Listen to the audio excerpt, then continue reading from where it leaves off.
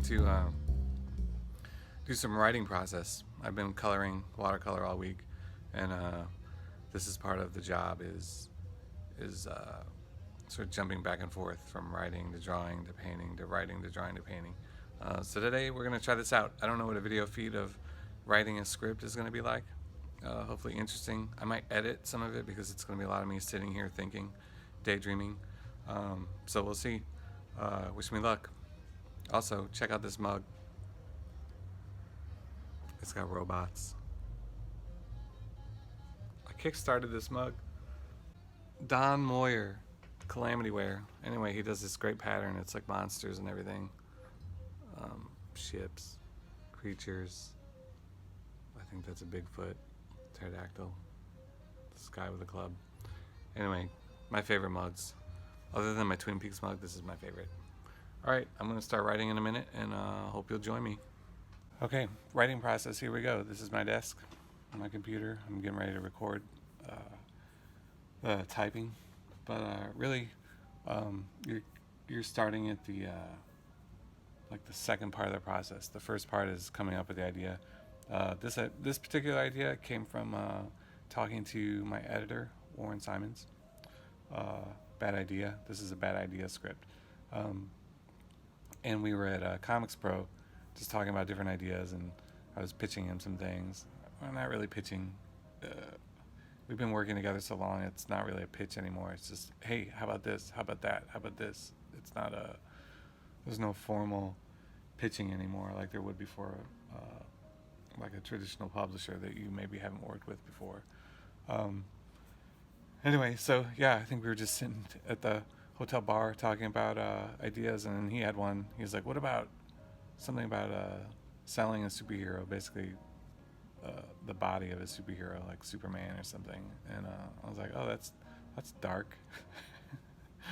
But I added it to the list. I have like a little running list on my phone of ideas that I have, or if I'm talking to Warren, or just making lists of potential ideas for the future. So then I go home and then I write up a bunch of outlines and send those in.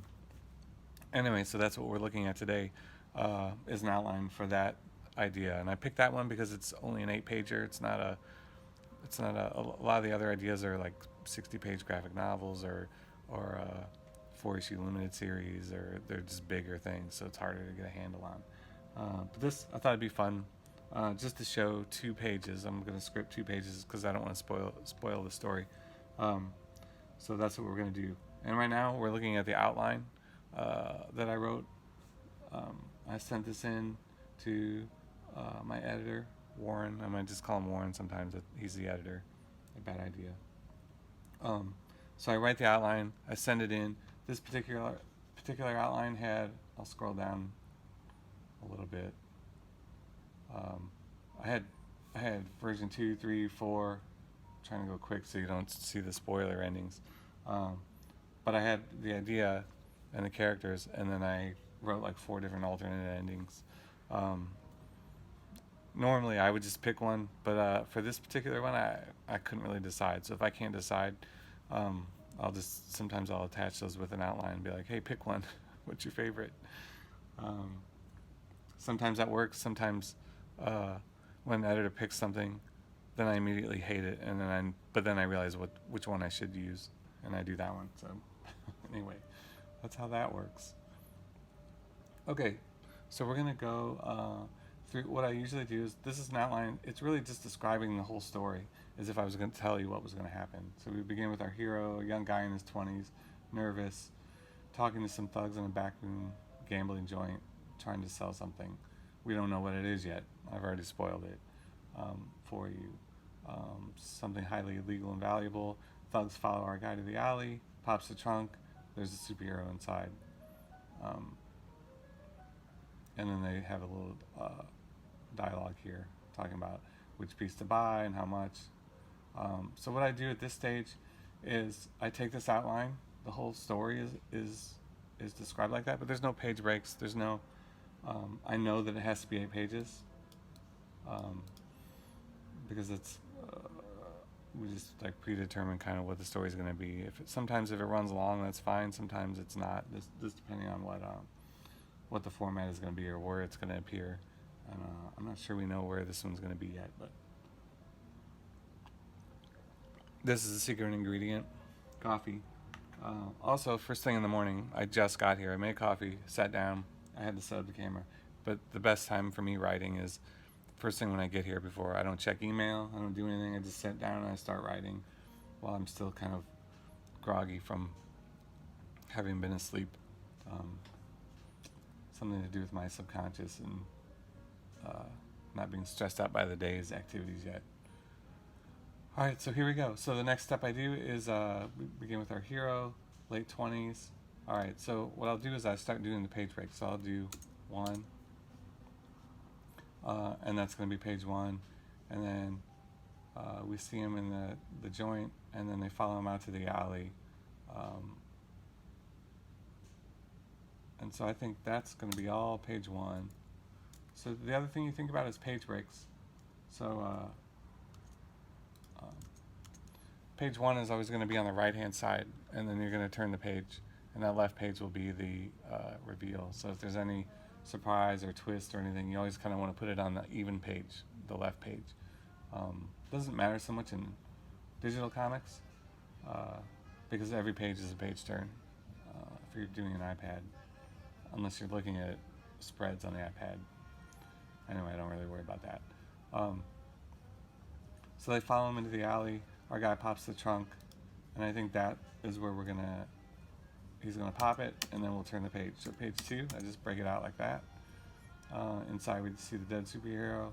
This is what's for sale, and they start discussing price and different things.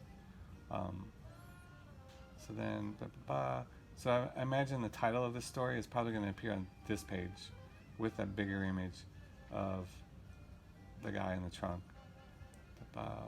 So there's not going to be as much on that page. We'll have a little discussion. Then they negotiate, and then the guys that he's selling to, they try to kill our dude, and he drives off. So let's put that on page 3. That sounds like he barely escapes. So that's going to be page 3. So boom. So already we've got page 1, page 2, page 3. And I'm going to keep doing that. I'm going to cut away because I don't want you guys to read the whole story ahead of time. But this is really just about process. But I'll do that for the whole thing. I'll break down the whole story, all 8 pages, and then we'll go to the next part. All right, we're ready for step 2. I cut out all the parts of me cursing at the computer for being slow and figuring out how to record my screen at the same time. So maybe I'll put those in the bloopers. Probably not. Anyway, here we go. My setup right now is I have 2 screens open. This one on the left is what the heck is it called? It's I use it all the time. It's Final Draft, and it's like a screenwriting program. And the one on the right is Word, which is what I was using earlier. This is my outline. So I started using Final Draft last year because I had to write a screenplay for Mind Management, the TV pilot. So I was like, you know what? I'll try to use the screenwriting software and see if it works for comics. And at first I hated it. It was all these different commands, and it didn't work. The formatting looks like a screenplay, and I don't like Courier as a font. You can change all that stuff, but they really want things in a specific format. So I was like, well, I'll get used to that. And then I got used to it, and I started loving it. And you'll see in a little bit when I start writing dialogue, it makes writing dialogue so much faster. I used to have to go into Word, and I had some macros programmed, but it was just kind of a hassle to sort of program the macros and format the dialogue in Word. Anyway, so I'm going to record my screen, and we'll get to writing. Okay, so here we go. Page 1, panel 1. Close up on the protagonist. And I named him Bob here. He's in his 20s. I'm using some screenplay shortcuts. The CU is close up. Most artists know that I work with. If I use a more obscure one, a lot of times I'll describe it, what that is, so I don't have to, and then I don't repeat that again. I can just use close up the whole time or see you the whole time. Naming a character is the hardest part for me. A lot of times I'll just look up names or the meaning of names. I'm going to name him Bob right here, just so as a placeholder, and then the first person who puts a comment in the comment section or a question or something, first person who posts in the comment section, I'm going to name it after this character after you, unless it's like a crazy screen name like what was the boat they named? Bodie McBoatface. If that's your name, I might have to skip to the next one. But I'll try to take that name, whatever it is, and use it in this story. Anyway, so page 1, panel 1, I'm describing the panel. And right now, as I'm writing it, I'm just thinking of what the page is going to look like, and I'm just typing it up. So I'm picturing panel 1. We're just close on this guy, nervous. All we see is his face. So we're just really just close up with just this guy. We're introduced to this guy. All right, panel 2. We pull back. Now we see more of him. He's in a backroom gambling joint, smoke, booze. He's talking to someone off panel. There's no one in the room behind him. The gambling joint is empty. So again, we're just pulling back a little bit. Now we're establishing where he's at. As I'm typing this, I'm picturing it too as if I'm going to be drawing it. And for this particular story, I don't know who the artist is yet. I've talked with the editor about a couple options, both of them super exciting. 2 people I've wanted to work with probably for 20 years. If you told me I was going to work with them, I wouldn't believe you 20 years ago. Anyway, so a couple guys that I hope, I don't know who's going to draw it, but a lot of times I know ahead of time who the artist is going to be, and so I can write for them, and I'll have little personal notes for them, or I'll keep in mind like what kind of stuff they like to draw, or layouts they like to use, and I'll sort of adapt to that. In this case, since I don't know, I'm just going to kind of keep it general, and I'm just picturing myself drawing it at this point, which is the best I can do. And again, everything in this script is I see as suggestions. So you see panel 1, maybe a little scruffy, maybe, if somebody has a better idea for a visual on this, I'm just going to picture him as like this young scruffy guy.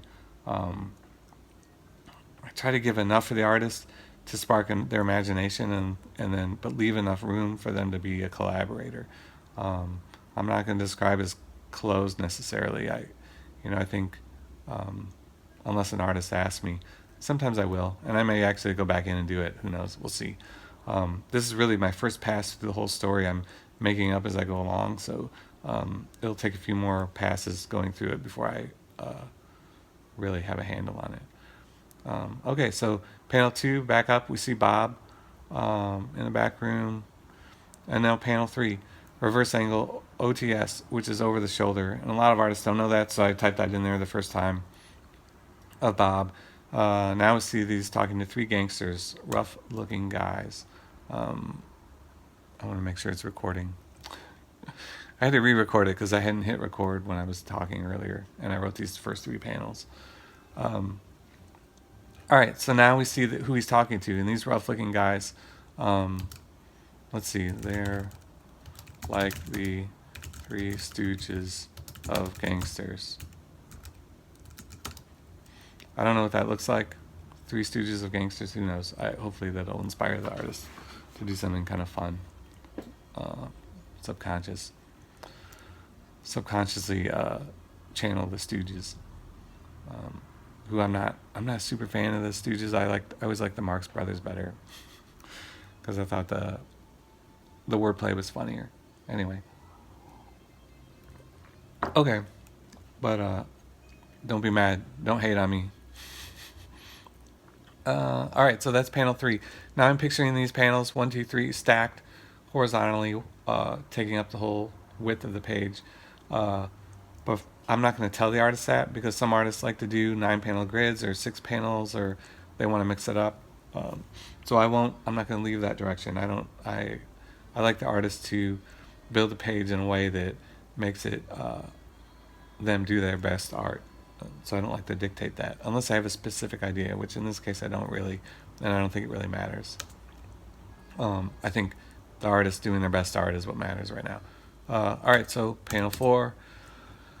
Boop, boop, boop. All right, so they're talking to this guy. I don't know what the dialogue is yet. I know that they're discussing that he's trying to sell a thing, and they're kind of skeptical. So right now I'm really just going to leave I'm leaving all the dialogue out. You're noticing I'm not writing any dialogue and no captions. I'm just describing what the panel is going to look like. So let's do a pull back to side view. We see Bob talking to the gangsters. They are skeptical but willing to listen. Okay, so yeah, I don't know exactly what's being said here. I know the gist of what's going on, but I don't write the dialogue until all of the panel descriptions are done. So that's panel 4. So 1, 2, 3, 4. My general rule when writing a script is to try to keep panel counts to no less than 3, but no more than 9. Sometimes if you have small ones, I'll have an inset or something. We can go 10. And if it's a crazy panel or something's really crazy happening, we can go more than that. But somewhere between 3 and 9. And depending on the artist too, like if I know the artist or they have a large body of work I can go look at, I'll try to write. I'll just go through and I'll silently to myself critique their art and be like, oh, they're really great with 6 panels or 5 panels, or they really like horizontal panels. So I'll try to write to their strength. And I don't discuss that with them or say anything about it. It's just a thing I do in the background. Let's see. All right, so they're talking, and now he's trying to get them to go outside. So let's see. Panel 5 is going to be the gangsters follow him outside to a back alley.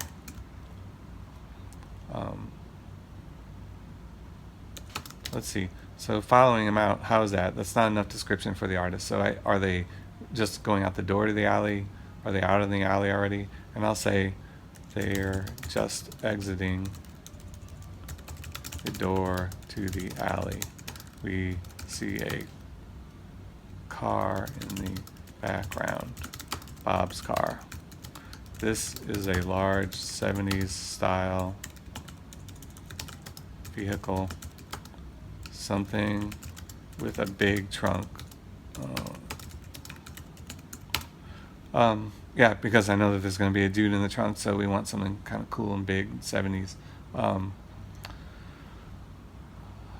Sometimes I'll probably go back in and find some photo reference and find an actual vehicle for the artist, and I'll drop that into this script. But I'll go back and do that later. This is the first draft. I'm just trying to get the pacing down and like how many panels on a page and get the action figured out. All right, so the gangsters follow him outside in the back alley. Close on Bob. He's about to pop the trunk. I think he needs to be popping the trunk here. Close on Bob. He's popping the trunk. The gangsters watch him. Okay. So I want him popping the trunk right here, so then on page 2, boom, the trunk is popped and we get that big panel of the dead superhero in the trunk. Big panel, interior of the trunk, maybe over the shoulder of Bob and the gangsters, if there's room. Again, I'm just suggesting how to lay out this panel to the artist, and if they have a better visual idea. I've been really lucky the last few years working with great artists. They know how to tell a story, so I don't have to be I really don't need to be Alan Moore and Neil Gaiman describing everything and exactly how it's laid out. I feel like that's disrespectful to the artist. I think if you want that, you can hire anybody to draw it. I think when you're really collaborating, you're letting the artist have some input, and you're kind of working back and forth, and then that's where magic happens. You don't get something greater than the sum of its parts if you don't use all the parts together. If you're just like beating an artist down and making him do a thing, then you're not getting any of the benefit. You're working with another human being that's thinking about this story just as much as you are, and maybe more so because it takes longer to draw a page than to write one. So not using them as a resource is a missed opportunity. Anyway, so big panel, interior of the trunk, maybe over the shoulder. There's room. This panel, let's see, how do we do this? We want to have the title of the story. We'll have the title of the story here as well, maybe incorporated into the art. Will Eisner-esque. I love how Will Eisner would incorporate the titles into his stories. It just feels kind of right here too with this kind of story. Sort of pulpy, dark crime superhero story, which really has no superheroes in it. It's got one superhero and he's dead and he's in a trunk. Everything else is just, this is a straight up crime story really. And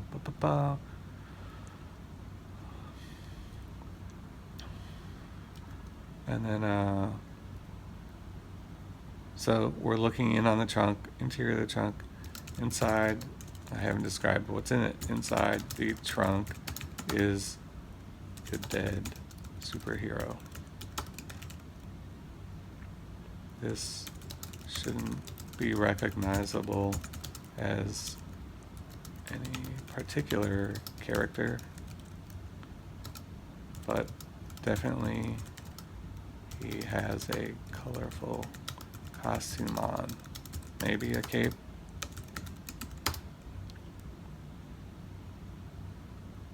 I don't know. I don't know what, if we want a cape, does this make it, I just feel like capes are unrealistic. But no cape. I'm gonna say maybe a cape. This is one of those things I think we'll probably have to design the superhero character, even though he's not really alive at all. We should probably have a good design for him. Okay, so we'll have to come up with a character design for that. I'm not going to describe it too much.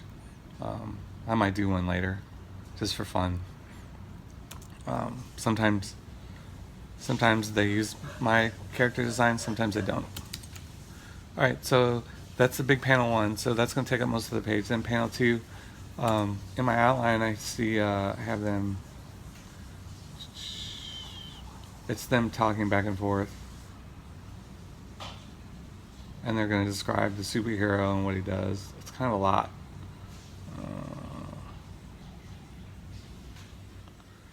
But I think on page 3 they're also negotiating the price and they scare him off. So I think we could do some small panels here. So we'll do panel 2. One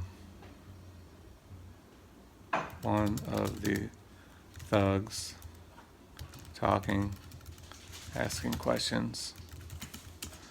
Panel 3, a different thug talking, asking questions. Panel 4. So let's see, there's a big panel, and then below it, it could be a 3-panel grid of all the characters talking, and that would fit all right. But I think we could squeeze in 4 panels, so I'm going to do 4 of them, I think. The third thug talking, asking questions, discussing. And then panel 5, Bob talking. And so all of these, I just imagine they're all looking down, but they're looking at us. So everything else is off panel.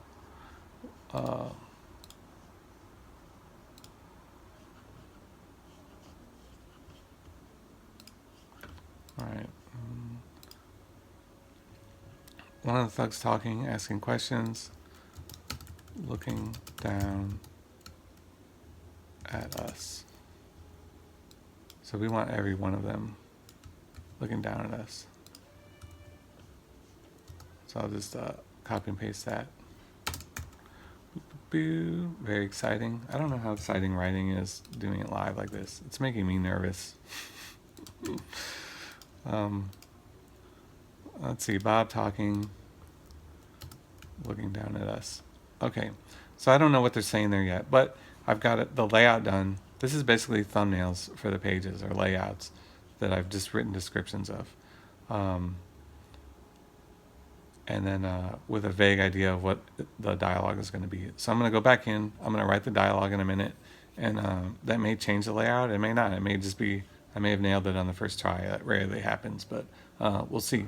All right, I'm going to take a break for a second, and then we'll write dialogue. Here we go. I'm going to start writing the dialogue. And if you look at my screen, on the left side is page 1, and then the panel descriptions. On the right side is just a blank page, and this is where I write the dialogue. Because when I'm writing the dialogue, I don't like to write the dialogue per panel. I just like to write the whole scene's worth of dialogue, and then I'll go in and chop it up and split it up into the panels, and that way the panels aren't dictating the dialogue I'm writing. The dialogue is just kind of flowing on its own, and then I'll figure out how it fits into the comic afterwards. That way I can just write more natural dialogue, and then sometimes you'll see I may have to adjust the panels.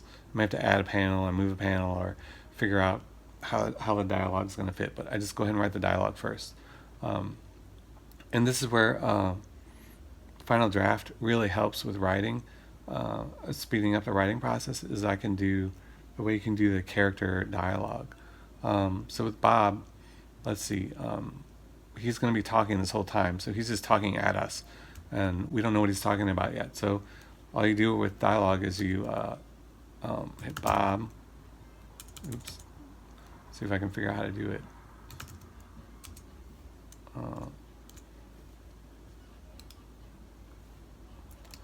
Bob, and if you know Final Draft, maybe I'm not doing this exactly right, but go up there and you hit character.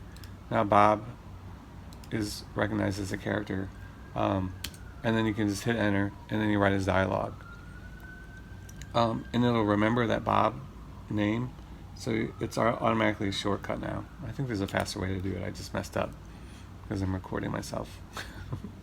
Something I don't even think about anymore as I'm doing it. All right, so Bob, what's he saying? He's talking to us. He's a little nervous. He's a little antsy. I just watched Uncut Diamonds with what's his name? Adam Sandler. Anyway, what a stressful movie. But I've kind of pictured something like that, where this guy's just like a wheeler dealer, just constantly on the move, constantly moving and talking and trying to sell his product. Anyway, so something like that. We'll see if I can get something like that vibe. Let's see, look. This is horrible. It's really hard writing this live.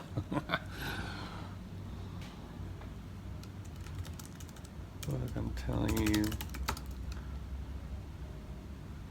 I got something good, like really good.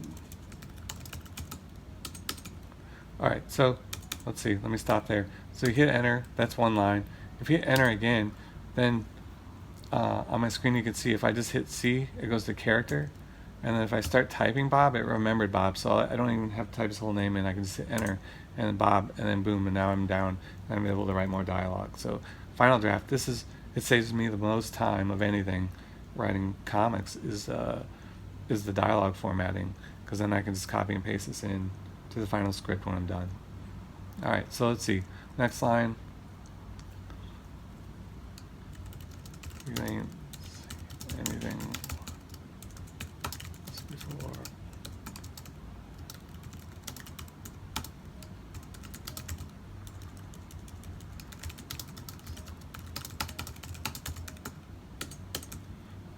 You ain't seen anything like this before, I promise you. This is some one-of-a-kind shit. All right.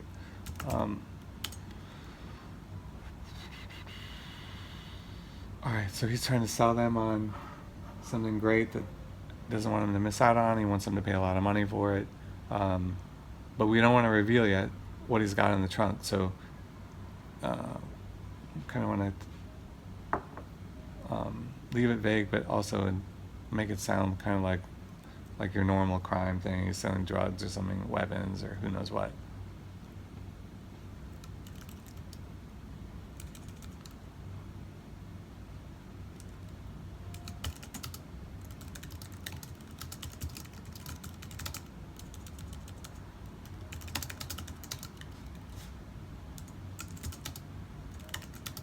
Sky's the limit.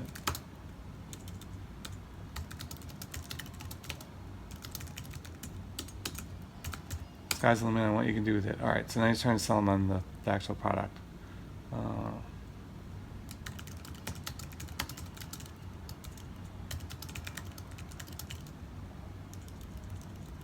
Take over the city. I'm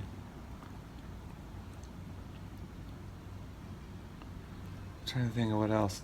So the whole idea with this is the using of the superhero body and whatever's in it, like the blood or the DNA, to either weaponize it or do something. But this guy's low level, so he doesn't have any idea how to do that. He just knows that he could sell it to people that would know what to do with it, the body. So I'm trying to think how he would sell it. Let's think about it for a second. Weaponize it.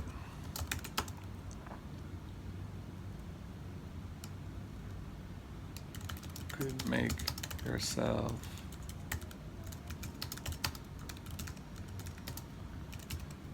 gang in the city. Again, the trick with this dialogue is to make it sound like something typical that a criminal would be selling to a gang without revealing what it is. Let's see, character.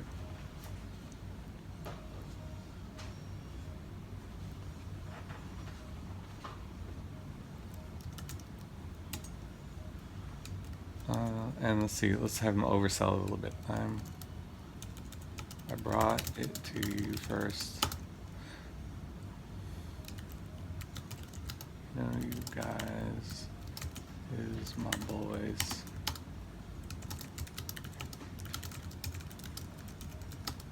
Come look, come see. Don't believe me. Okay, so again, he's lying a little bit here because we'll notice that I think in the outline he was missing an arm. Yeah, so he's overselling it a little bit here because they're going to notice he's missing an arm. Which reminds me, while I'm thinking about it, I'll go over to this and also this dead is missing an arm. Forgot that detail, so you go ahead and add that in, and you can kind of see how it's sort of organic. The writing is organic. I'm jumping back and forth from dialogue to panels. All right, let's see. So I think that might be all for Bob, and then let's see, panel 5 over here. The gangsters follow him outside. So maybe we'll have one line from a gangster on the gangsters. Character. Gangster 1. We'll number him. And we'll call him Stooge just to be funny.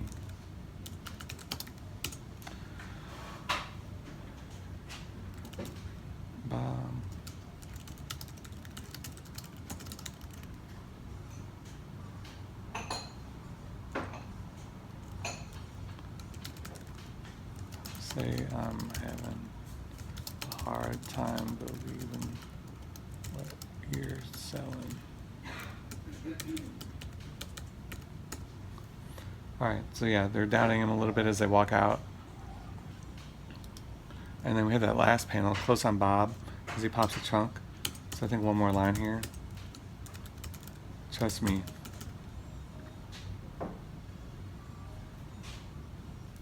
And then, let's see, so then page 2 is pop the trunk. And then let's have another line, Bob, off panel. This is gonna blow you away.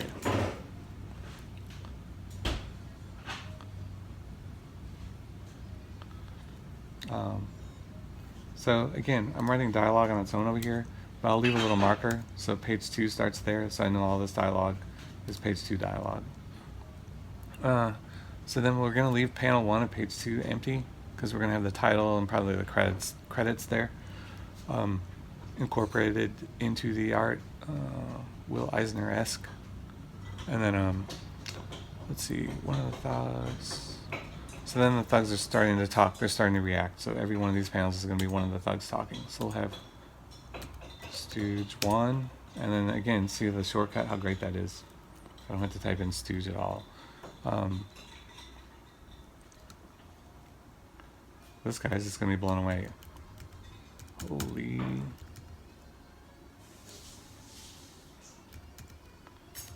He wasn't lying.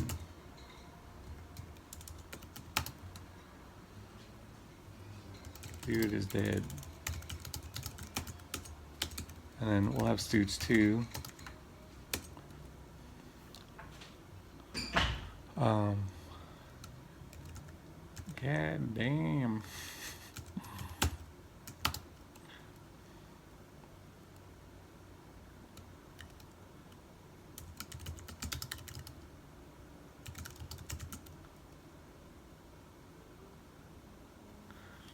And then I'm trying to see in my outline I had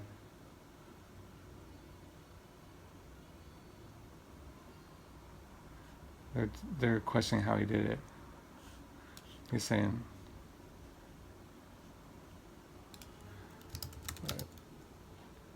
you already sold his arm. How'd you get that arm off? Ain't he?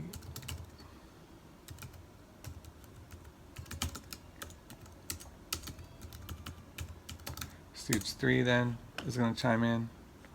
And let's see, what did I have in my outline? And then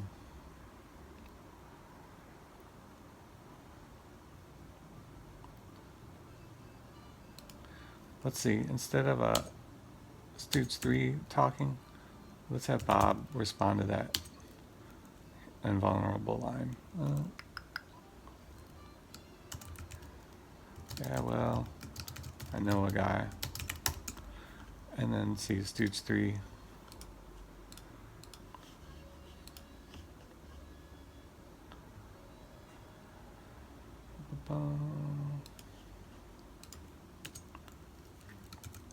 And then Stooge 3 is going to go on about the powers of this guy.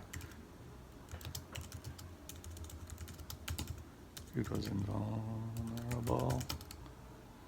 Super speed.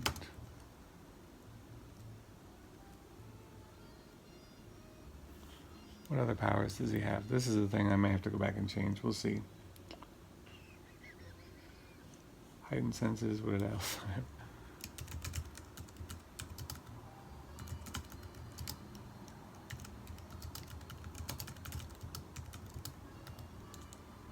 His blood alone's probably worth.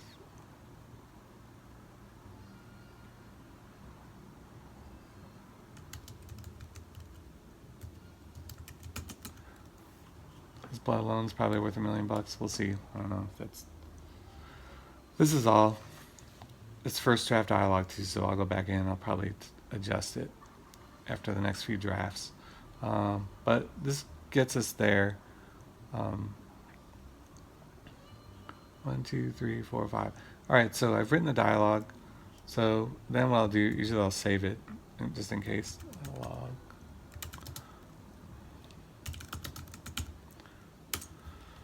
I'll save that dialogue, and then what I'll do is I'll go in and I'll just start copying and pasting it. So I'll go back to panel 1, post on the protagonist, copy this, and then I'll just delete it so I don't get mixed up. And then you paste it into the actual script.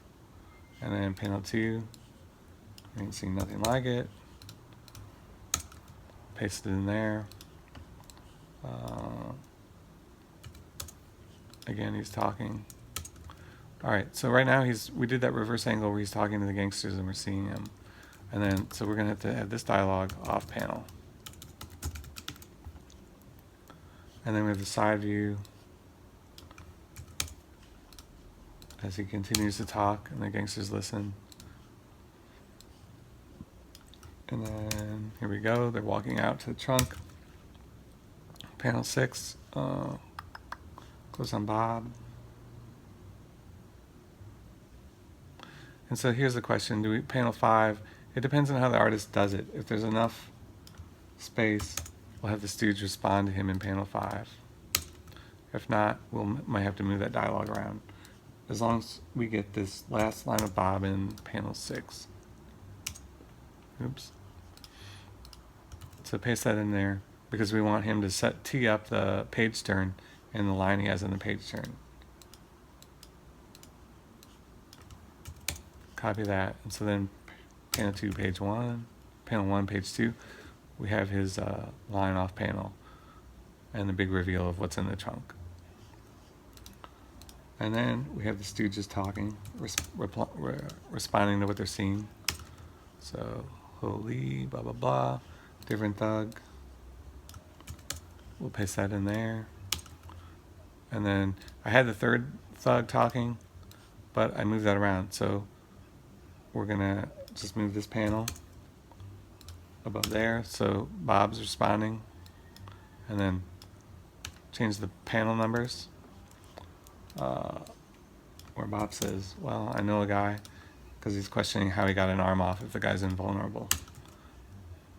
So a lot of questions to answer in this story. How did he get killed? How is he cutting these pieces off? It's a little dark. I apologize. And then panel 5. Then we have the last stooge responding. Dude was invulnerable, super speed, heightened senses. His blood alone is probably worth $1 million. Let's say 10 million. Seems better. Okay, and so that's how you script a comic. That's my process, you know. And a lot of the stuff that's not on here is coming up with the idea. You know, with this particular one, me and my editor sort of cooked it up, and then I went away and wrote an outline for it, based on like an idea he had, which is great. You know, I'll take ideas from anywhere. I don't know what else to say about this. So this will be the first draft. I'll go ahead and do that. This is 8 pages, so I'll go ahead and do that for the whole thing, and then I'll go back through and I'll probably tweak the dialogue a little bit, and then send it to the editor, and then he might have a few revisions or little tweaks here or there, but usually once the outline, I do a pretty detailed outline, so once that's done, there's not really a lot of changes after this stage, and then it'll go to the artist.